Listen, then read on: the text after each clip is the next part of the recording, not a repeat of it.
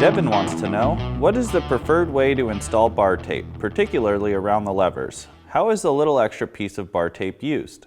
There are many ways to wrap a handlebar, but here's how I like to do it. I start at the end of the bar with the tape wrapping over the top towards me. I'll leave about 1/3 of the first wind hanging off the bar so that it will be held in with the bar plug. You can cut off the inside corner to help the tape lay a little flatter at the end of the bar if you prefer. I like to overlap each wind of tape just enough so the finished tape ends up flat, but you can overlap more if you want a thicker wrap. Maintaining even tension on the tape as you go is key to achieving a good-looking wrap that won't come unwound. If you need to let go of the tape at any point, I like to use a pin spanner like a giant clothespin to hold the tape tight. When you get to the lever, you have a decision to make. You can either use the extra strip of tape that comes with the roll to cover the lever's clamp, or you can use the crisscross method and avoid it. The upside of the crisscross is that it is very secure and is sure to cover the area around the edge of the hood for a clean look. The downsides are that it uses more tape, which could cause you to run out when wrapping wide handlebars. Plus, the crisscross leaves a bump in the tape and thickens the width of the hood where it meets at the bar. Here's how you do it. First, you'll go up and over the back of the lever body, then back down around the bottom of the lever and back up and over the top, effectively forming a figure 8 around the lever. The other option is to use the extra strip of tape that came with the roll. The downsides to this method are that it takes a little longer and the little strips don't really like to stay in place while you're working. Plus, this method can also come unwrapped a little easier. But this method looks very clean when done well. Here's how you do it.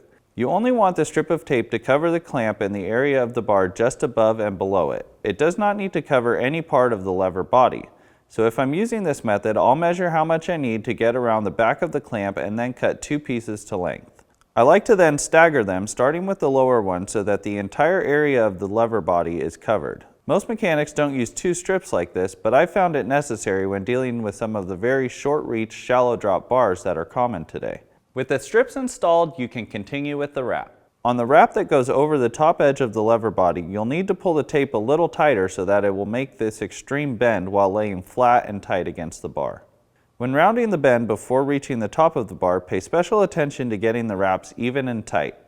This is the area where the tape will come unraveled if you don't get it tight enough or if you don't have enough overlap on each wrap. Once you get to the point where you want to end the tape, cut the tape so that the cut edge is perpendicular to the handlebar. Ideally, the cut edge should wrap all the way around the bar. With the exception of the lizard skins finishing tape, I typically don't use the stuff that comes with the bar tape. It usually doesn't stretch or stick very well, so I use electrical tape instead. I like to start at the end of the finishing tape on the underside of the bar so that the seam is invisible. I also like to make the edge of the finishing tape flush with the cut edge of the bar tape. If you let the finishing tape hang over the edge of the bar tape, it has to be stretched a lot in order to make it around the bar smoothly. That tension will eventually cause the finishing tape to come undone once the glue gets all soft and gummy. 3 laps around the bar are all you need, and on the last lap I put very little tension on the tape so that it won't come unraveled down the road. If you want your question asked on Ask a Mechanic, presented by Cyclery, send your inquiry to webletters@competitorgroup.com.